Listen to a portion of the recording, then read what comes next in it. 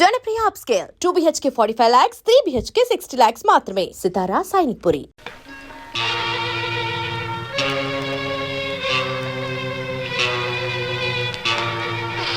ఏమిటిది? రాక్షసం ప్రభు.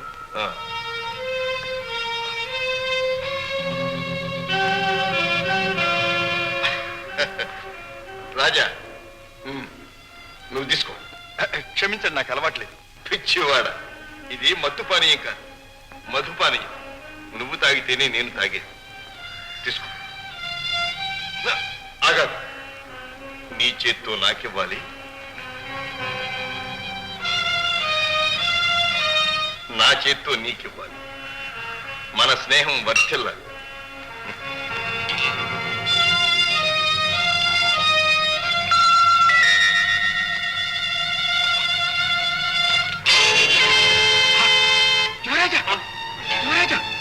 ఏమైంది? ఏమిటిది? రాజా రాజా రాజా, కడుపులో మంట, కడుపులో మంట.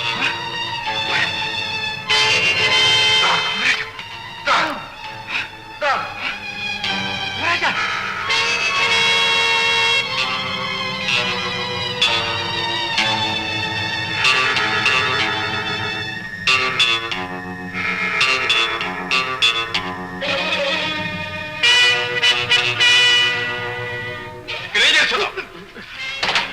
ఆ విల్లేమిటి? అబ్బే ఉడతలండి, గొడవ చేస్తుంటే తోలుతున్నాను అంతే. ఉడతలా? అక్కడ యువరాజు గారు చావు బ్రతుకుల మధ్య నుంచి ఉడతలు గుడుతున్నావా? ఇక్కడ ఈ పళ్ళరసం ఏం కలిగి? నేనా? అబ్బే నేనేం కలవలేదండి. దేవుడు సాక్షిగా చెప్తున్నా, నేనేం కలవలేదండి. ఏం కలపలేదు? లేదండి. ఇంకా తాగు. నాకెందుకండి?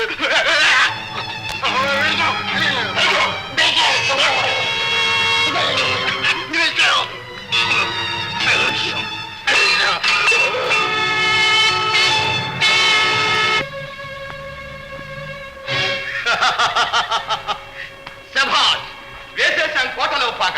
విష ప్రయోగం జరిగిపోయింది. అయిపోయిందన్నమాట యువరాజు గారి పని. మామూలుగా జయంత్ పరలోకంలో పట్టాభిషేకానికి తరలిపోయాడు. మన మార్గం నిష్కంటకమైపోయింది. ఇక రాజ్యాభిషేకం మామూలుగా తమకే. మీరే ఇక మహారాజు. అది రేపు కొలువులు. అందుకు తగిన కట్టుదిట్టాలన్నీ మేం చేస్తున్నాం ప్రభు. భేష్. కానీ ఈ విషయం మనకు తెలిసినట్టు మరో కంటికి తెలియకూడదు. అవునవునవునవును, అందరిలాగా మనం కూడా పట్టాభిషేక సమయంలో యువరాజు కోసం ఎదురు చూస్తున్నట్టు ఉండాలి మామూలుగా.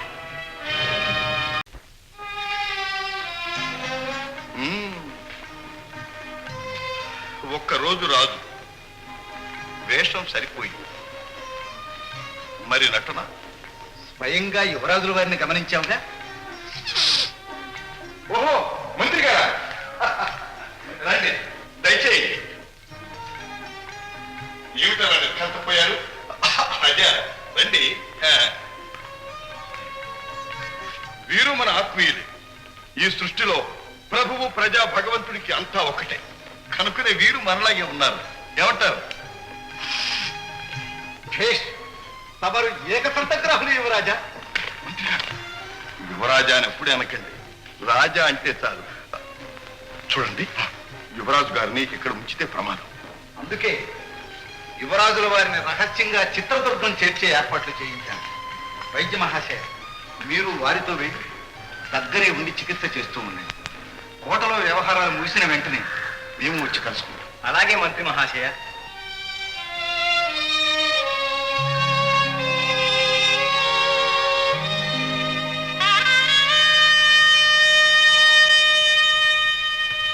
యువరాజు, మిమ్మల్ని చూడకముందు మీ మీద పగ గుండెల్లో రగులుతూ ఉండేది. చూచాను. ఒక్క మాటతో, ఒక్క చూపుతో నన్ను మీ వాణ్ణి చేసుకున్నాను. మీ మీద జరగబోయే అన్యాయాన్ని అరికట్టడానికి నేను ఒక్కడిని పెడుతున్నాను. ఈ పరిస్థితుల్లో మిమ్మల్ని వదిలి వెళ్ళటానికి మనస్కరించటం లేదు, కానీ గచ్చంతరం లేదు. సెలవు.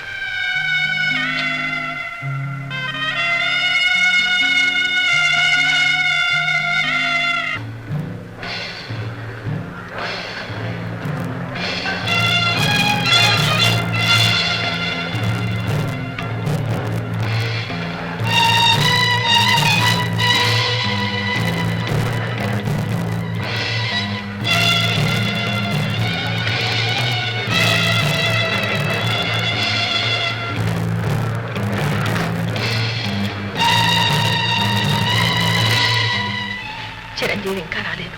ముహూర్తం సమీపిస్తుంది. నాకేదో భయంగా ఉంది అత్తయ్య. వారిని తీసుకురావడానికి వెళ్ళే మంత్రి గారు కూడా రాలేదే.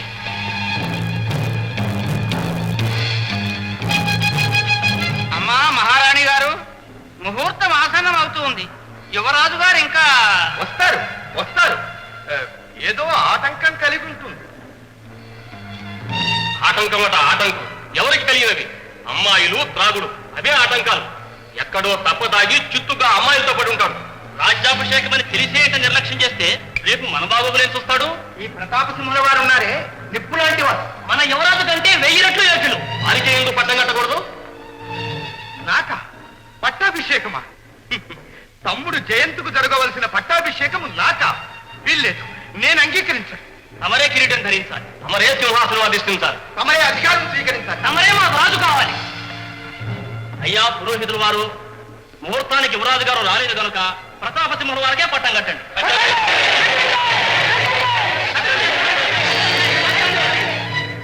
ఏమిటి నిర్బంధం? తమ్ముడు చేసిన చిన్న నేరానికి ఇంత పెద్ద శిక్ష నాక? నేను ఒప్పుకోను. ఏమంటారు అవధాని గారు?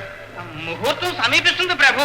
ప్రజావాక్యంతో కర్తవ్యం అన్నారు. ప్రజల మాట కాదనకూడదు, మీరు అంగీకరించాలి మామూలుగా. సరే, ఇంతమంది బలవంతం చేస్తున్నప్పుడు కాదనడం భావ్యం కాదు.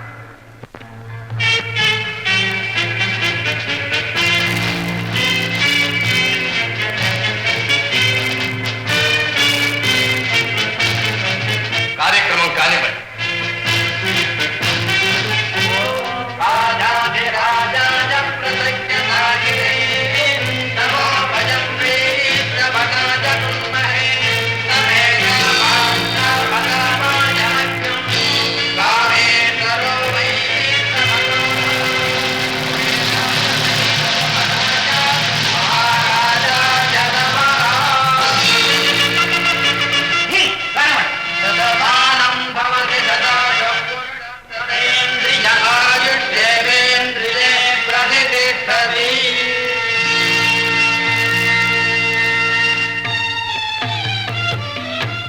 గారు, ఆశాభంగం కలిగించినట్టున్నాం.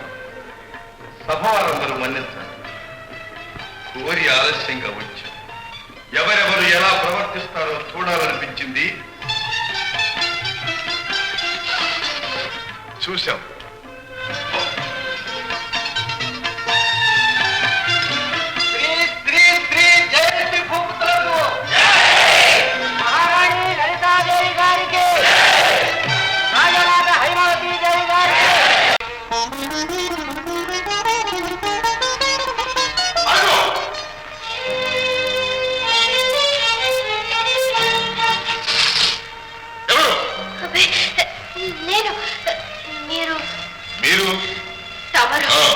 ఏం కావాలి? నా బావ కోసం వచ్చాను. బావా? వాడేవాడు ఇక్కడ ఎందుకుంటాడు? అవునవును, ఇక్కడ ఎందుకుంటాడు? పొరపాటేంటి, మన్నించండి.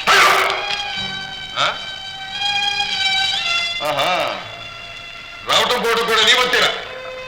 నిజం చెప్పు, వాడిని నువ్వు ప్రేమిస్తున్నావా? ఆ విషయం మీకెందుకు? నాకెందుకేమిటి? వాడిని ప్రేమించకపోతే నన్ను ప్రేమించు అని అడగడానికి. ఏంటి కోపం? కోపం? ఆహా, కోపంలో కూడా ఎంత అందంగా ఉన్నావు, ఎంత అందంగా ఉన్నావు. అందలంగారా? ఆహా ఆహా, ఎక్కడ సంపాదించావయ్యా ఇంత అపరూప సుందరిని? మిమ్మల్ని అభినందిస్తున్నాను అన్నలం గారు. ఎంత చక్కని చుక్కను పంపించారు, ఎంత చక్కని చుక్కను పంపించారు. తమ్ముడు గారు, నేను అన్నలం గారు, నాకు తెలుసు. మా మనసు మెచ్చింది, నాకు నచ్చింది ఈ సుందరి. అది కాదు తమ్ముడు గారు. ఏది కాదు, నాకు ఇదే కావాలి అన్నలం గారు. ఇప్పుడు మాకు కావాల్సింది కొంచెం ఏకాంతం. తమ్ముడు గారు, అదండి అన్నలం గారు.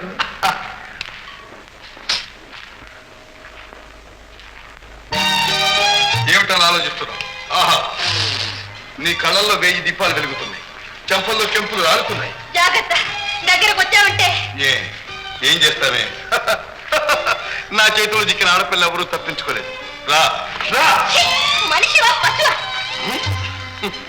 మరదల పిల్ల ఎగిరి పడకు గడసరి పిల్ల పులికి పడకు అన్నయ్య చెబితే నమ్మలేకపోయాను. నిజమేనమాట. ఏమిటిదంతా? ఇది గండికోట రహస్యం, అతి పరమ రహస్యం.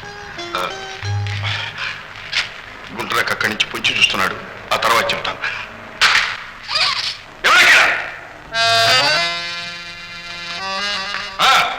భద్రంగా ఈ అమ్మాయిని తీసుకొని వాళ్ళు వింటూ దిగబెట్టండి.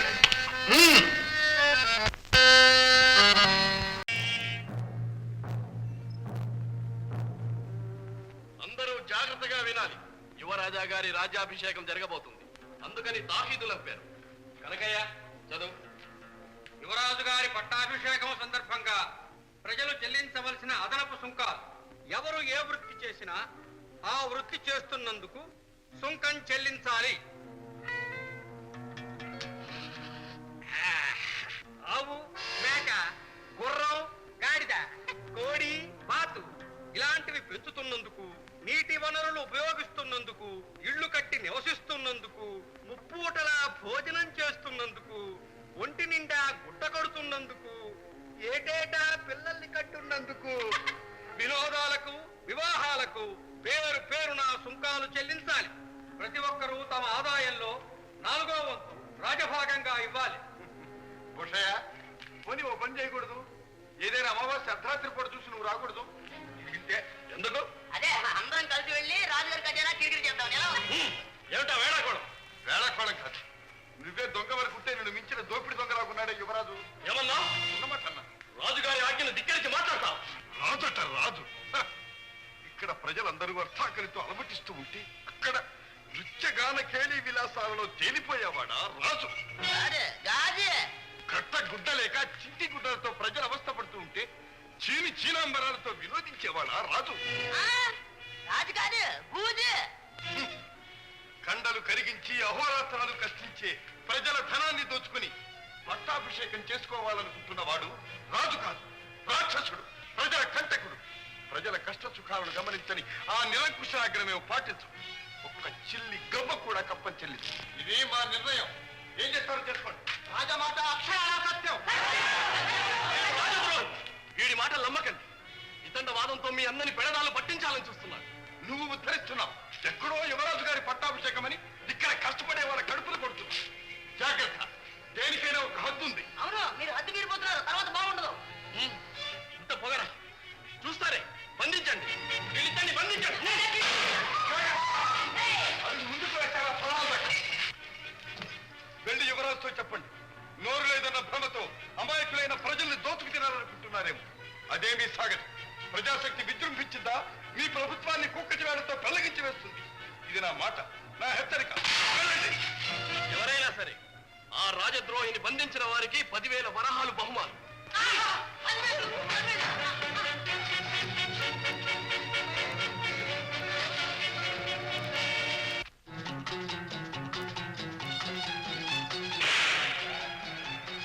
అడుగు ముందుకు వేస్తారా? జాగ్రత్త, వచ్చిందని వెనక్కి వెళ్ళండి. రాజా, ఇంతమందిని ఎదుర్కొంటే నీ ఒక్కడి తరం కాదు, మర్యాదగా లొంగిపో. ప్రాణాలతో లొంగిపోవటమా? మీలో మానవత్వం లేదు.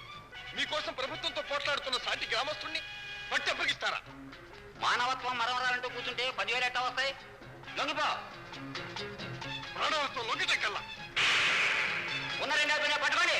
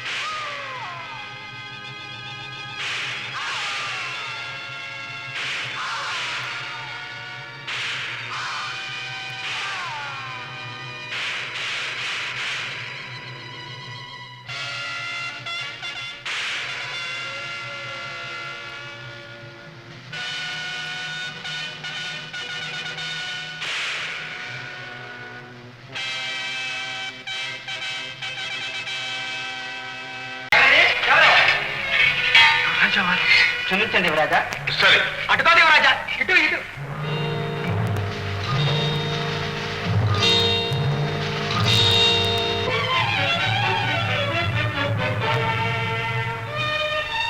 ఎవరు మీరు? ఈ రాజ్యానికి యువరాజులు. ఏ మతిపోయిందా? ఏమిటా వెరినం? మన్నించాలి, యువరాజంటే తమరేనా? కనీసం మీకు 3 తలలు, 6 కొమ్ములు, 9 చేతులు, 20 కాళ్ళు. సాధించని పరిహాసం. పరిహాసం కాదు యువరాజా, ఆశ్చర్యం. మాలాగే మీరు కూడా రక్తవంశాలున్న మామూలు మనిషిని కల్లో కూడా అనుకోలేదు. నువ్వనేది ఏమిటో నాకు అర్థం కావటం లేదు. నా మాటలు అర్థం కావు. అద్దాల మందిరాల్లో అందాల నగర శిల్పాల వంపు సంపులు తిలకిస్తూ, మెత్తని పట్టుపాన్పుల మీద మట్టు పానీయాలు సేవిస్తూ, నృత్యగాన కళా వినోదాలలో తేలిపోయే మీకు నా మాటలు అర్థం కావు. ఏమిటో బాధతో మాట్లాడుతున్నావు. బాధ? ఈ బాధ నా ఒక్కడిది కాదు యువరాజా, మీ ఏలుబడిలో కుంగి కుషించిపోయే ప్రతి ఒక్క పౌరుడిది. ఏమిటి? నా ప్రజలు బాధపడుతున్నారా? తెలీదు? మీరిచ్చిన అధికారంతో మీ తాబేదారులు కన్ను మిన్ను కానకుండా ప్రజలను ఎలా పీడిస్తున్నారో మీకు తెలీదు? మీ పట్టాభిషేకం పేరుతో మీ బొక్కసమంతా నింపాలని దోపిడీ దొంగల కంటే అన్యాయంగా ప్రజలను ఎలా దోచుకుతుంటున్నారో మీకు తెలీదు? నమ్మలే. ఇంత దౌర్జన్యంగా మా అధికారులు ప్రవర్తించరు. నమ్మరు? అయితే చూడండి.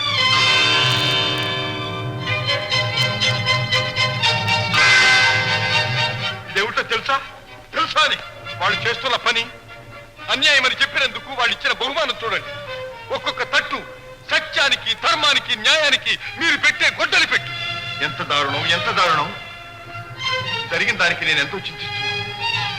ఈ విషయాలు జరుగుతున్నట్టు నాకు తెలియనే తెలియదు. ఈ రాజ్య పరిపాలన మా మాతృశ్రీ గారే అని ఆ కుంటి సాగుతో తప్పించుకోవడానికి ప్రయత్నించకండి. రేపు మీరు పరిపాలించబోయే రాజ్యం ఏ పరిస్థితిలో ఉంది తెలుసుకోవలసిన బాధ్యత మీ మీద కూడా ఉంది. ప్రభువుని యముడిలాగా భావించే ప్రజల్ని మీరు ఎలా పాలిస్తారు, ఏ విధంగా పాలిస్తారు? యువరాజా, ప్రజల్ని ఆదరించి ఆదుకునేవాడే నిజమైన పాలకుడు. ప్రజల్ని పీడించి ఏడిపించి మిడిసిపడేవాడు పాలకుడు కాదు, రాక్షసుడు. వాడికి ఏనాటికైనా పతనం తప్పదు. పేద ప్రజల అభిశాపమే వాడిని నిలువునా దహించి దగ్ధం చేస్తుంది. ఈ మాట మాత్రం మర్చిపోకండి.